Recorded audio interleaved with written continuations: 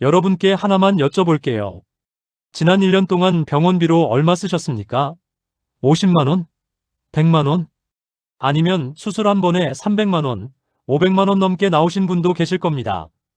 그 돈 다 본인이 감당해야 하는 돈이라고 생각하고 계신 거죠? 아닙니다. 나라에서 돌려줍니다. 가장 최근 실적을 보면요. 2024년 진료분에 대해 213만 명이 돌려받았습니다. 총 2조 7,920억 원, 1인당 평균 131만 원이에요. 이게 작년 8월에 지급된 겁니다. 이게 무슨 특수한 사람들만 해당되는 게 아니에요. 건강보험에 가입되어 있는 분이면 직장인이든 자영업자든 은퇴하신 어르신이든 누구나 대상이 될 수 있습니다. 소득에 따라서 1년에 89만 원만 넘게 내셨으면 그 초과분을 전액 환급받는 제도가 이미 있거든요. 그런데 이상한 일이 벌어지고 있습니다. 이 돈을 받을 자격이 있는데도 신청을 안 해서 3년이 지나서 그냥 증발해버린 환급금이 있어요. 10년치로 모으면 257억 원입니다. 25,835명이 한 사람당 평균 100만 원 가까운 돈을 그냥 날렸습니다. 왜 못 받았을까요? 몰라서요. 딱 그것뿐이에요. 안내문이 집에 왔는데 광고인 줄 알고 버린 어르신. 이사하셨는데 주소 변경을 안 해서 안내문 자체를 못 받으신 분. 신청을 해야 하는 건지조차 모르셨던 분. 이런 분들이 25,835명입니다. 그리고 이 중 60% 이상이 소득이 가장 낮은 분들이었어요. 제일 급한 분들이 제일 많이 놓친 겁니다. 여기서 한 가지 더요. 지금 나는 비급여로 많이 나왔으니까 당연히 환급 대상이겠지 이렇게 계산하고 계신 분 큰일 납니다. 비급여는 이 제도에서 합산 자체가 안 돼요. 아무리 병원비를 많이 쓰셔도 비급여가 대부분이면 환급금이 0원입니다. 그러면 뭐가 합산되고 뭐가 안 되는 건데? 이 궁금증 풀어드려야죠. 오늘 영상에서 내 환급금을 직접 계산하는 법, 대부분이 모르고 넘어가는 치명적인 착각 5가지, 신청 안 하면 터지는 손해 함정, 그리고 전화 한 통으로 끝내는 신청 방법까지 빠짐없이 다 알려드리겠습니다. 끝까지 보시면 최소 몇십만 원에서 많게는 수백만 원을 살리실 수 있습니다. 자, 그러면 바로 본론으로 들어갑니다. 내가 돌려받을 수 있는 돈이 대체 얼마인지 지금 바로 계산해 볼게요. 이 제도의 이름은 본인 부담 상한제입니다. 이름이 좀 딱딱하죠? 쉽게 풀면 이겁니다. 1년 동안 건강보험 적용되는 병원비 중에서 내가 직접 낸 돈, 이걸 본인 부담금이라고 하는데요. 이 본인 부담금을 전부 합산했을 때 내 소득에 맞는 상한액을 넘으면 넘은 만큼 건강보험공단이 돌려주는 겁니다. 핵심은 소득분이에요. 내가 매달 내는 건강보험료를 기준으로 나라에서 1분위부터 10분위까지 줄을 세워놓은 겁니다. 1분위가 소득이 가장 낮은 쪽이고 10분위가 가장 높은 쪽이에요. 이 분위에 따라서 내가 1년에 최대로 부담해야 하는 병원비의 한도가 달라집니다. 2025년 진료분 기준으로 소득 분위별 상한액을 딱 말씀드리겠습니다. 올해 8월에 정산되는 금액이에요. 1분위 89만원, 2분위에서 3분위 110만원, 4분위에서 5분위 170만원, 6분위에서 7분위 320만원, 8분위 437만원, 9분위 525만원, 10분위 826만원입니다. 참고로 올해 2026년에 병원 다니시는 분들은 상한액이 또 조금 올랐습니다. 1분위 90만원, 10분위 843만원이에요. 이건 내년 2027년 8월에 정산됩니다. 이 숫자가 대체 뭘 뜻하느냐?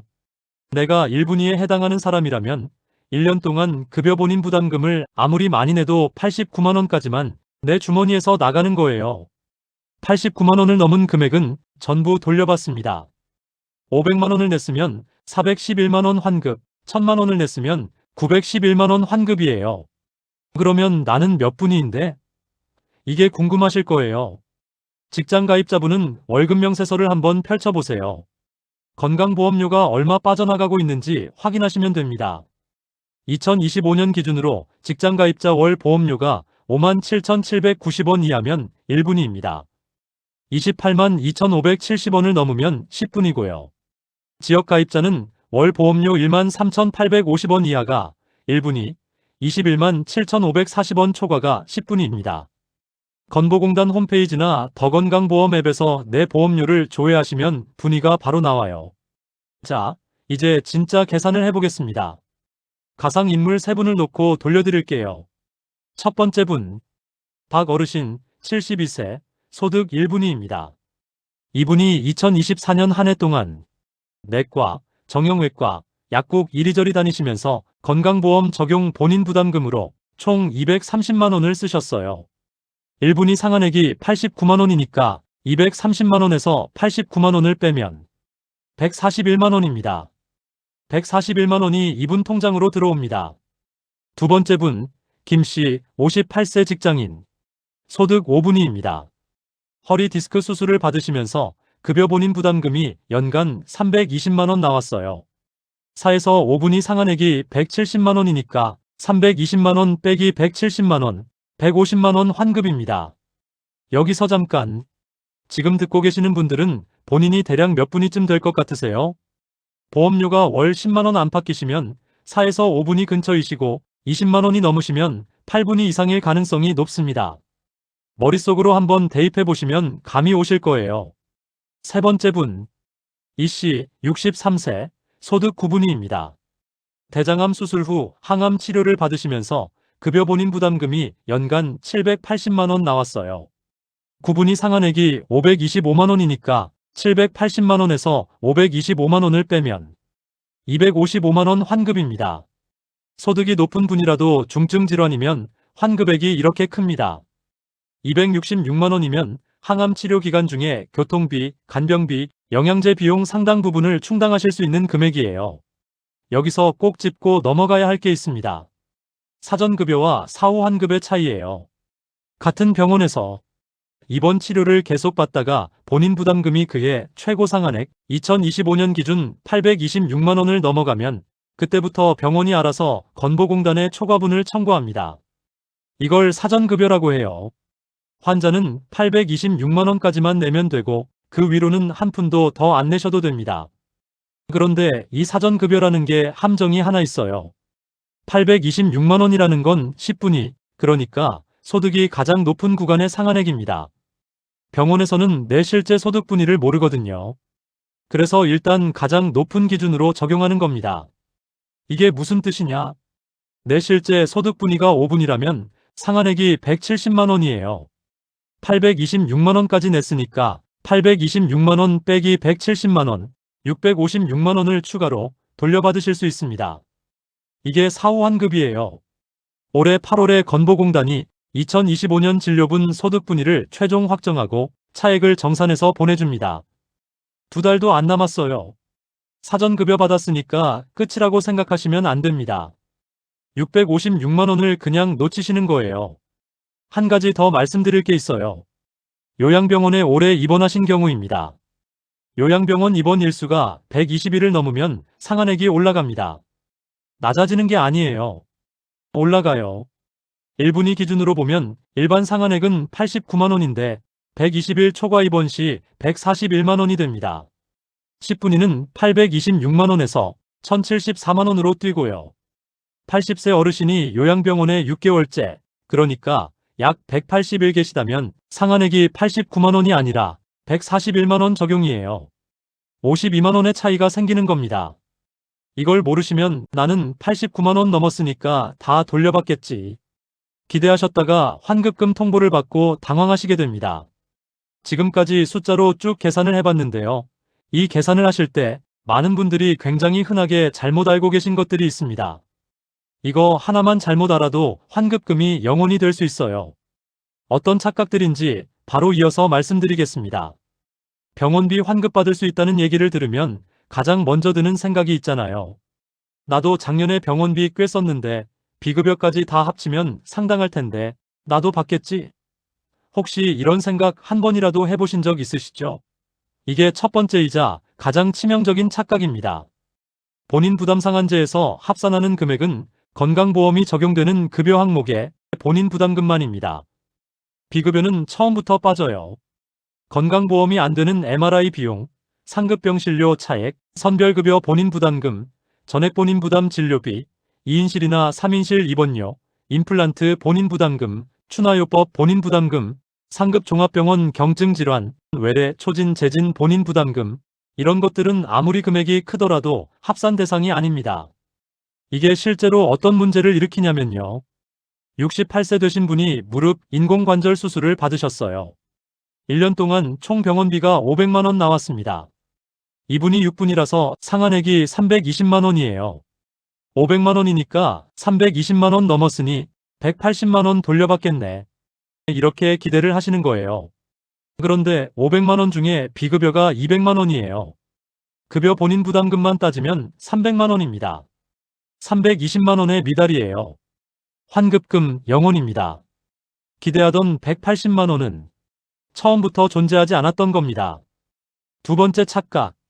한 병원에서 상한액을 넘겨야만 환급 대상이다. 아닙니다.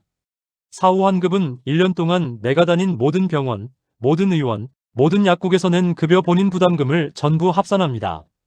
동네 내과에서 5만 원, 정형외과에서 8만 원, 이비인후과에서 3만 원, 약국에서 2만 원, 이런 소소한 금액들이 1년치 쌓이면 어떻게 될까요? 한 곳에서는 상한액에 한참 못 미치지만 합쳐보면 넘기는 경우가 생각보다 많습니다. 특히 만성질환으로 여러 병원을 다니시는 어르신들이 이 케이스에 많이 해당되세요. 세 번째 착각. 상한액이 다 똑같은 줄 알았어. 아까 소득 분위별로 말씀드렸잖아요.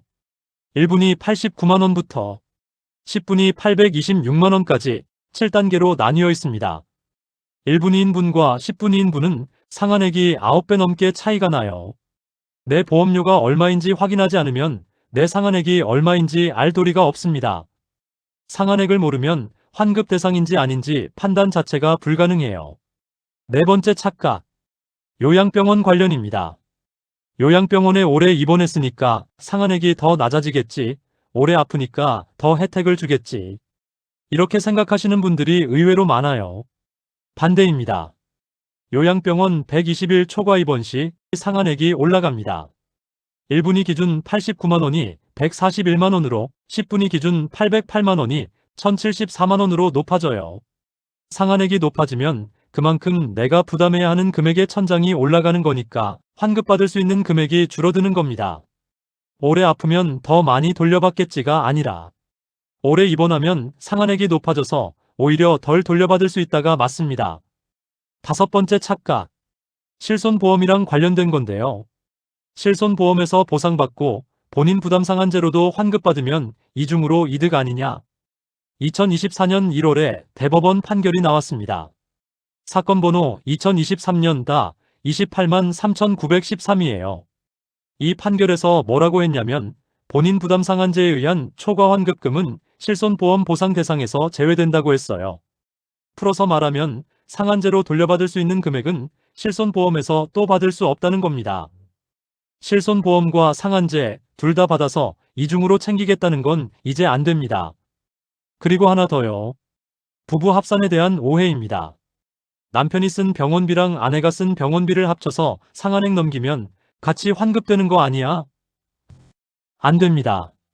본인 부담 상한제는 개인별 산정입니다. 남편 따로, 아내 따로예요. 각자의 급여 본인 부담금을 각자의 소득 분위에 맞는 상한액에 대입해서 환급 여부를 판단합니다. 세대 합산이 아니에요. 이 착각들을 쭉 훑어보면서 제가 느낀 건데요.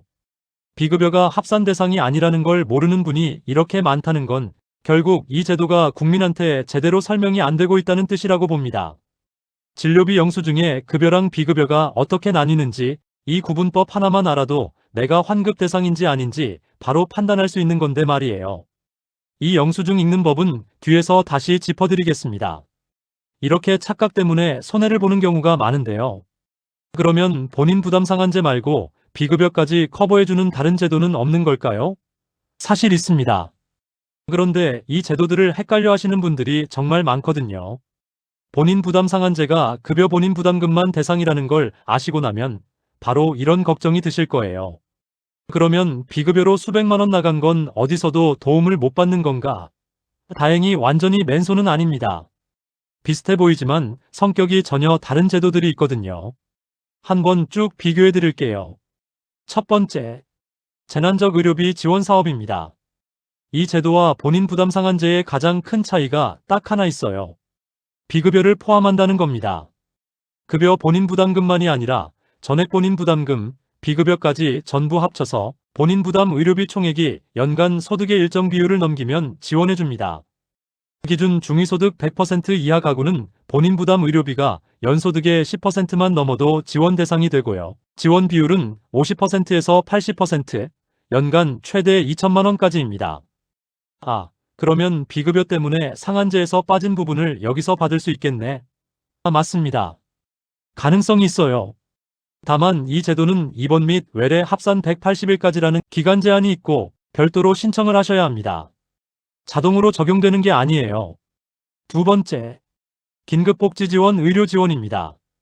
이건 성격 자체가 다릅니다.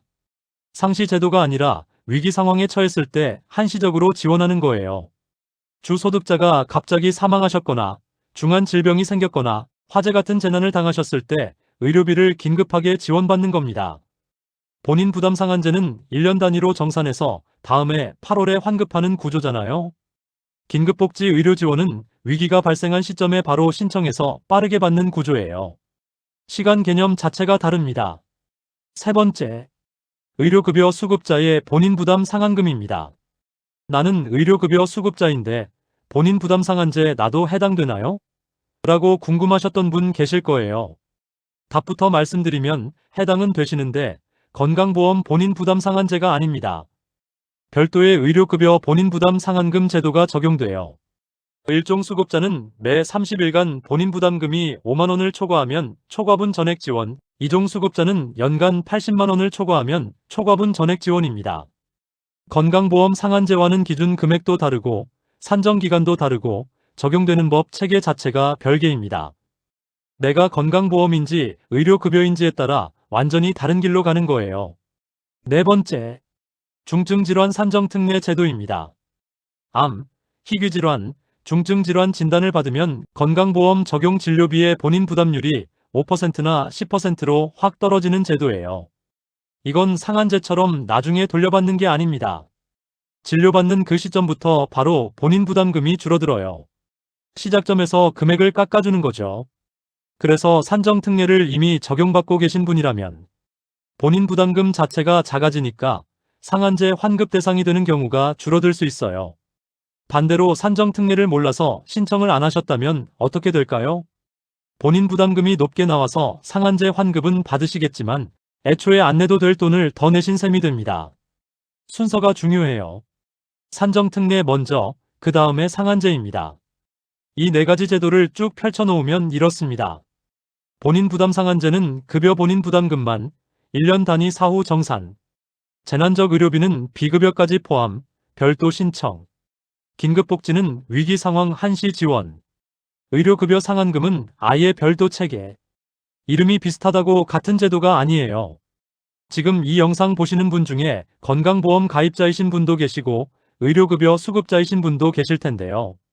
내가 어디에 속하는지에 따라 적용되는 제도가 완전히 갈리니까 이게 출발점입니다. 혹시 본인이 어디에 해당하시는지 바로 답이 안 나오시면 건보공단 1577-1000에 전화 한 통이면 확인됩니다. 자, 제도들의 차이는 파악하셨는데요. 이 본인 부담 상한제라는 제도 안에서 사소한 실수 하나 때문에 수십만 원, 수백만 원이 날아가는 경우가 생각보다 많습니다. 진짜 억울한 상황들이거든요. 이 제도에서 돈을 날리는 가장 큰 이유가 뭔지 아십니까? 복잡해서가 아닙니다. 어려워서도 아니에요. 모르니까 날리는 겁니다.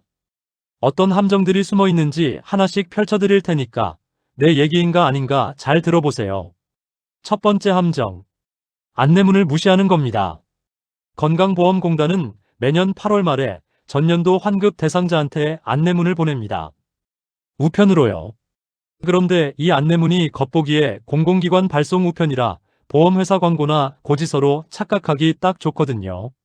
특히 혼자 사시는 어르신들이 그렇습니다. 안 뜯어보고 서랍에 넣어두시거나 그대로 쓰레기통에 넣으시는 경우가 있어요. 이 안내문 안에 신청서가 들어있습니다. 이걸 버리면 신청 자체가 안 돼요. 물론 홈페이지나 전화로도 신청할 수 있지만 안내문의 존재 자체를 모르시면 내가 환급 대상이구나라는 사실을 아예 인지 못하시는 거잖아요. 그렇게 1년이 가고 2년이 가고 3년이 지나면 소멸시효가 끝납니다. 그 돈은 영영 사라져요. 아까 말씀드린 257억 원이 정확히 이렇게 사라진 돈입니다. 두 번째 함정. 주소를 안 바꾸는 겁니다. 76세 어르신이 계셨어요. 자녀 집으로 이사를 하셨는데 주민등록 전입신고를 안 하셨습니다. 그냥 잊으신 거예요. 안내문이 예전 주소로 날아갔습니다. 새로 사시는 곳에는 아무것도 안 와요. 2년 동안 환급금이 쌓였습니다. 160만 원이에요. 이 돈이 신청되지 않은 채 소멸시효 시계가 째깍째깍 돌아가고 있었습니다. 이사를 하셨으면 전입신고는 기본이고요. 건보공단에 휴대전화 번호를 등록해 두시면 문자나 카카오 알림톡으로도 안내가 옵니다. 이중 안전장치를 거실 수 있는 거예요. 세 번째 함정. 지급동의 계좌를 등록하지 않은 겁니다. 이게 진짜 중요합니다. 건보공단 홈페이지나 더건강보험 앱에서 내 통장 계좌번호를 미리 등록해 놓으면 환급금이 나올 때 별도 신청 없이 자동 입금됩니다. 2024년 환급 대상 213만 명 중에 이 계좌를 등록한 분이 108만 명이었는데요. 이분들은 8월 말에 가만히 계셨는데 통장에 돈이 들어왔어요. 나머지 분들은 안내문 기다리고 신청서 작성하고 우편 보내고 심사 기다리고 이 절차를 밟으셔야 합니다. 빠르면 8월에 받을 돈을 11월, 12월에야 받으시는 거예요. 지급동의 계좌는 한 번 등록하면 매년 유효하니까 이건 진짜 오늘 당장 해두실 가치가 있습니다. 네 번째 함정. 사전급여 이후에 추가 사후 환급이 있다는 걸 모르시는 겁니다. 앞에서 말씀드렸잖아요. 같은 병원에서 입원하시다가 826만 원을 넘기면 사전급여로 그 이후 부담이 없어진다고요. 많은 분들이 여기서 나는 이미 혜택 받았으니까 끝이구나 하고 넘기세요. 끝이 아닙니다. 내 실제 소득 분위가 5분이라면 상한액이 170만 원이에요. 826만 원까지 냈으니까 656만 원을 추가로 돌려받으셔야 합니다. 이걸 모르고 그냥 넘어가시면 656만 원이 공중에 뜬 채로 사라지는 거예요. 이 추가 환급은 다음해 8월에 소득 분위가 확정되면서 안내문으로 나옵니다. 그 안내문을 또 놓치시면 위에서 말씀드린 첫 번째 함정으로 다시 돌아가는 거죠. 다섯 번째 함정. 보험료 체납입니다. 건강보험료를 밀린 상태에서 받은 진료비는 상한액 합산에서 제외될 수 있어요. 3개월 체납이면 그 3개월치 병원비가 통째로 빠집니다. 금액이 큰 경우에는 수백만 원이 합산해서 누락되면서 환급 대상에서 탈락하는 일이 벌어져요. 보험료가 밀려있다면 가능한 한 빨리 정리하시는 게 환급을 받으시는데도 직접적으로 유리합니다. 그리고 올해 하반기부터는 제도가 바뀝니다. 환급금에서 밀린 보험료를 본인 동의 없이 자동 공제하는 법 개정이 추진되고 있어요. 시행되면 환급금 500만 원 받을 게 있어도 체납액 300만 원을 빼고 200만 원만 입금됩니다. 여섯 번째 함정. 돌아가신 가족의 환급금을 놓치는 경우입니다. 부모님이 돌아가신 뒤에도 상한제 환급금이 남아있을 수 있어요. 이건 상속인, 그러니까 배우자, 자녀, 손자녀가 신청할 수 있습니다. 그런데 장례 치르고 여러 가지 일 처리하다 보면 부모님 명의로 환급금이 있을 수 있다는 생각 자체를 못 하시는 거예요. 이것도 소멸시효 3년입니다. 돌아가신 시점부터 3년이 지나면 그 환급금은 소멸돼요. 일곱 번째 함정. 국가나 지방자치단체의 의료비 지원과 중복되는 경우입니다. 긴급복지 의료지원이나 지자체 의료비 지원을 받으셨는데 동일한 진료비에 대해 상한제 환급까지 중복으로 수령하시면 나중에 환수 고지가 올 수 있습니다. 공단에서 중복 지원 여부를 사후에 확인하거든요. 이미 받은 환급금의 전부 또는 일부를 돌려내셔야 하는 상황이 생기는 겁니다. 다른 의료비 지원을 받으셨다면 상한제 환급 전에 중복 여부를 먼저 확인하시는 게 안전해요. 이런 함정들 쭉 들으시면서 솔직히 좀 화가 나지 않으세요? 나라에서 돌려주겠다고 만든 제도인데 모르면 못 받고 실수하면 날아가고 3년 지나면 증발하고요. 그 피해가 가장 어려운 분들한테 집중되고 있다는 게 참 답답한 현실입니다. 여기서 잠깐 제 의견을 말씀드려 보겠습니다. 소멸된 257억 원 중 60%가 저소득층이라는 사실 앞에서 좀 씁쓸했습니다. 제도가 아무리 훌륭해도 그 존재를 모르면 무용지물이잖아요. 안내문의 가독성을 확 바꾸든 문자 안내를 의무화하든 뭔가 한 발짝 더 나아갔으면 하는 바람이 있습니다. 그러면 이 함정들에 안 빠지려면 내가 지금 뭘 점검해야 하는지 하나하나 체크해 볼까요? 지금부터 말씀드리는 것들을 하나씩 따라오시면서 나한테 해당되는지 아닌지 확인해 보세요. 이걸 한 번만 쭉 점검해 두시면 매년 환급 시즌이 돌아올 때마다 당황하실 일이 없습니다. 첫 번째, 내가 건강보험 가입자인지 확인하는 겁니다. 건강보험이면 본인 부담 상한제, 의료급여면 별도의 의료급여 상한금 제도가 적용됩니다. 출발점이 다르니까 이걸 먼저 확인하셔야 해요. 건보공단 홈페이지나 더건강보험 앱에 들어가시면 내 자격 유형이 바로 뜹니다. 두 번째, 내 소득 분위를 확인하는 겁니다. 매달 내는 건강보험료 금액이 곧 내 소득 분위를 결정해요. 직장 가입자분은 급여 명세서에서 건강보험료 항목을 보시면 되고, 지역 가입자분은 보험료 고지서를 보시면 됩니다. 정확한 분위는 건보공단 홈페이지에서 보험료 조회를 하시면 나오고요. 분위를 아셔야 내 상한액이 얼마인지 알 수 있고, 상한액을 아셔야 환급 대상인지 아닌지 판단이 됩니다. 이게 모든 계산의 시작점이에요. 세 번째, 1년간 급여 본인 부담금을 합산하는 겁니다. 내가 다닌 병원, 의원, 약국 전부에서 건강보험 적용되어 내가 낸 본인 부담금을 더합니다. 여기서 핵심은 진료비 영수증이에요. 영수증을 보시면 항목이 나뉘어 있거든요. 급여 본인 부담금이라는 칸이 따로 있습니다. 이 칸의 숫자만 더하시면 돼요. 영수증 맨 아래 총액에는 비급여가 포함되어 있으니까 총액으로 계산하시면 절대 안 됩니다.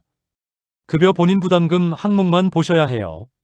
네 번째, 비급여와 선별급여가 얼마인지 파악하는 겁니다. 세 번째와 이어지는 건데, 내가 낸 돈 중에서 비급여, 선별급여, 전액 본인 부담, 상급병 진료 차액, 임플란트 본인 부담금, 추나요법 본인 부담금이 얼마인지 따로 확인하시고 이 금액들이 합산해서 빠진다는 걸 인지하고 계시면 됩니다. 진료비 영수증에 비급여라고 표시된 항목이 바로 그거예요. 다섯 번째, 지급동의계좌 등록 여부를 확인하는 겁니다. 건보공단 홈페이지 민원 신청 메뉴에 들어가시면 지급동의계좌를 등록하실 수 있어요. 더건강보험 앱에서도 되고 전화 1577-1000으로도 가능합니다. 한번 등록해 두시면 매년 환급금이 이 계좌로 자동 입금됩니다. 지금 내가 등록이 되어 있는 건지 아닌 건지 오늘 한번 확인해 보시는 것만으로도 앞으로 수년간의 환급금을 안전하게 지키실 수 있어요. 여섯 번째, 주민등록 주소와 실제 거주지가 같은지 확인하는 겁니다. 안내문은 주민등록 주소로 발송됩니다. 이사하셨으면 반드시 전입신고를 하셔야 하고요. 추가로 건보공단에 휴대전화 번호를 등록해 두시면 문자랑 알림톡으로도 안내를 받으실 수 있습니다. 이중 안전장치예요. 일곱 번째, 보험료 체납이 있는지 확인하는 겁니다.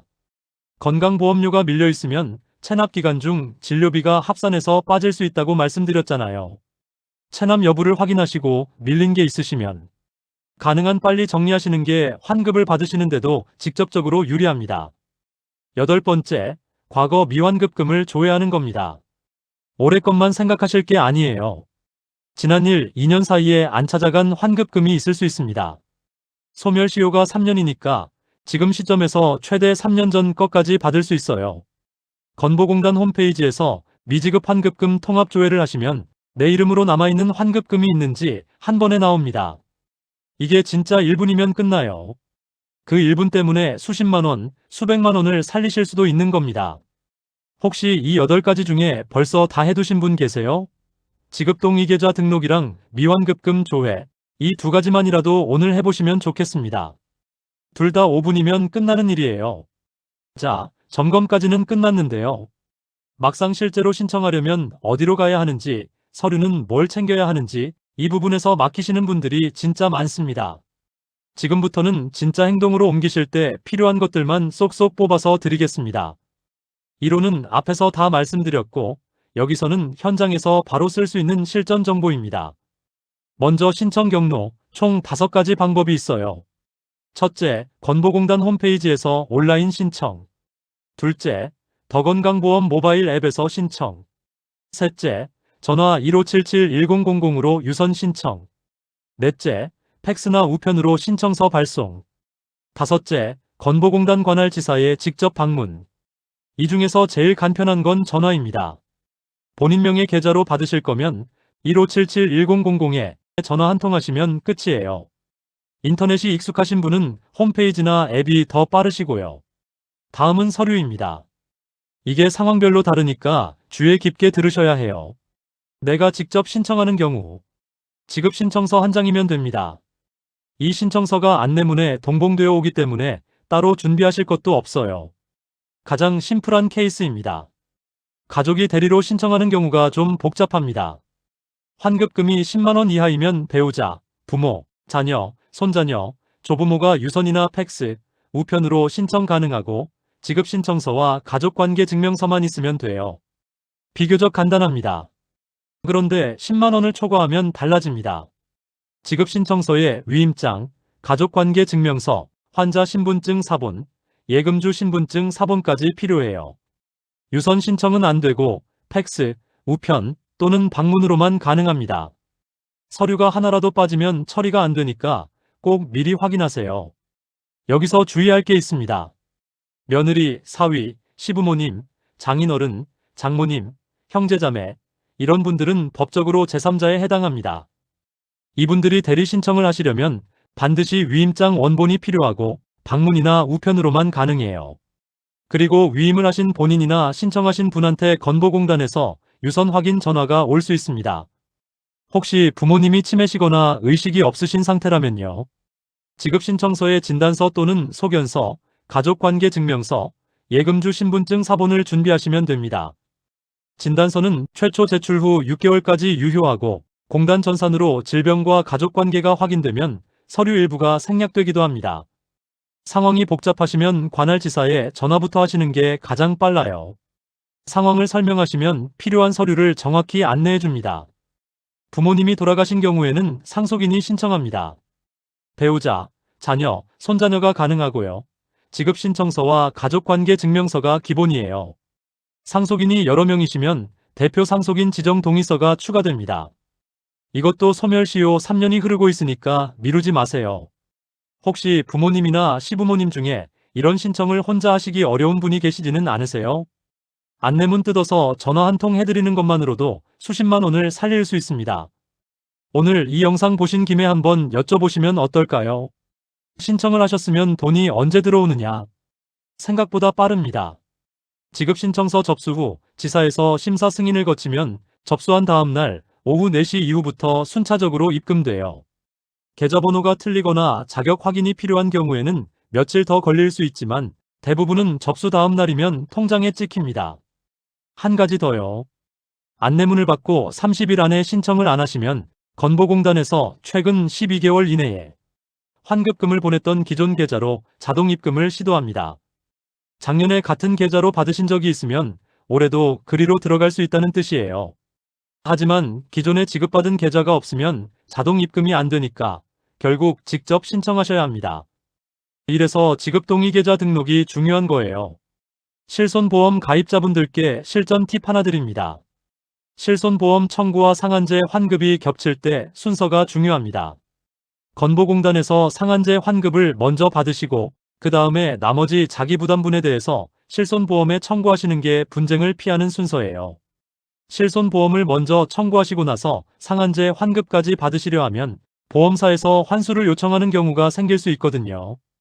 앞에서 말씀드린 2024년 대법원 판결 이후로 이 순서가 더 중요해졌습니다. 이의신청도 가능합니다. 환급 금액이 내가 계산한 것보다 적거나 소득분위 산정이 잘못된 것 같으시면 건보공단에 이의를 제기하실 수 있어요.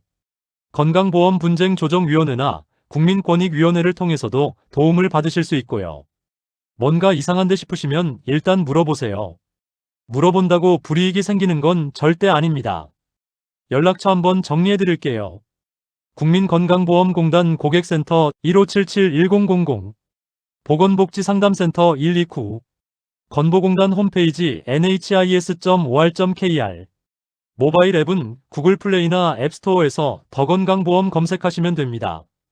정부24 홈페이지에서도 본인 부담 상한제 신청 메뉴가 있으니 참고하세요. 마지막으로 저의 바람으로는 안내문이 좀 바뀌었으면 좋겠어요. 지금 안내문은 표에 빼곡히 글씨가 적혀 있어서 처음 보시는 분들이 한눈에 이해하시기가 쉽지 않거든요. 솔직히 저도 처음 봤을 때 몇 번을 다시 읽었습니다. 선생님, 병원비 얼마를 돌려받으실 수 있습니다. 1577-1000에 전화 한 통만 하세요. 이 한 줄이 안내문 맨 앞에 크게 박혀 있기만 해도 미완급금이 훨씬 줄어들 거라고 저는 생각합니다. 오늘 말씀드린 내용 중에서 가장 무서운 게 뭔지 아시나요? 시간입니다. 3년이 지나면 끝이에요. 되돌릴 수가 없습니다. 257억 원. 10년 동안 국민이 찾아가지 못해서 그냥 사라진 병원비 환급금입니다. 1인당 평균 거의 100만 원이에요. 그리고 그 돈의 60%가 소득이 가장 낮은 분들의 몫이었습니다. 이 영상을 여기까지 보신 여러분은 그런 일이 없도록 오늘 딱 3가지만 해주세요. 하나, 건보공단 홈페이지나 더건강보험 앱에 들어가셔서 미지급 환급금 통합조회를 해보세요. 내 이름으로 안 찾아간 환급금이 있는지 1분이면 확인됩니다. 둘, 지급동의 계좌를 등록하세요. 한번 해놓으면 매년 8월에 자동으로 통장에 들어옵니다. 매년 안내문 기다리고 신청서 쓰고 우편 보내는 수고가 다 사라져요. 셋, 1577-1000. 이 번호 하나만 기억해두세요. 내 분야가 뭔지, 환급 대상인지, 서류가 뭐가 필요한지, 뭐가 됐든 여기 전화하시면 다 안내받으실 수 있습니다. 그리고 이 영상 부모님께 꼭 보내드리세요. 시부모님, 장인어른, 장모님, 혼자 사시는 이웃 어르신, 병원 자주 다니시는 분들한테 공유해주시면 그분들한테는 진짜 100만원짜리 영상이 될 수 있습니다. 혹시 본인 부담 상한제로 환급받아 보신 경험이 있으시거나 반대로 놓쳐서 억울했던 경험이 있으시면 댓글로 알려주세요. 다른 분들한테도 정말 큰 도움이 됩니다. 건강보험료 매달 꼬박꼬박 내고 계시는 분들이잖아요. 낸 만큼 돌려받을 수 있는 건 돌려받으셔야죠. 내 돈을 내가 못 찾아가는 일이 더 이상 생기면 안 되잖아요.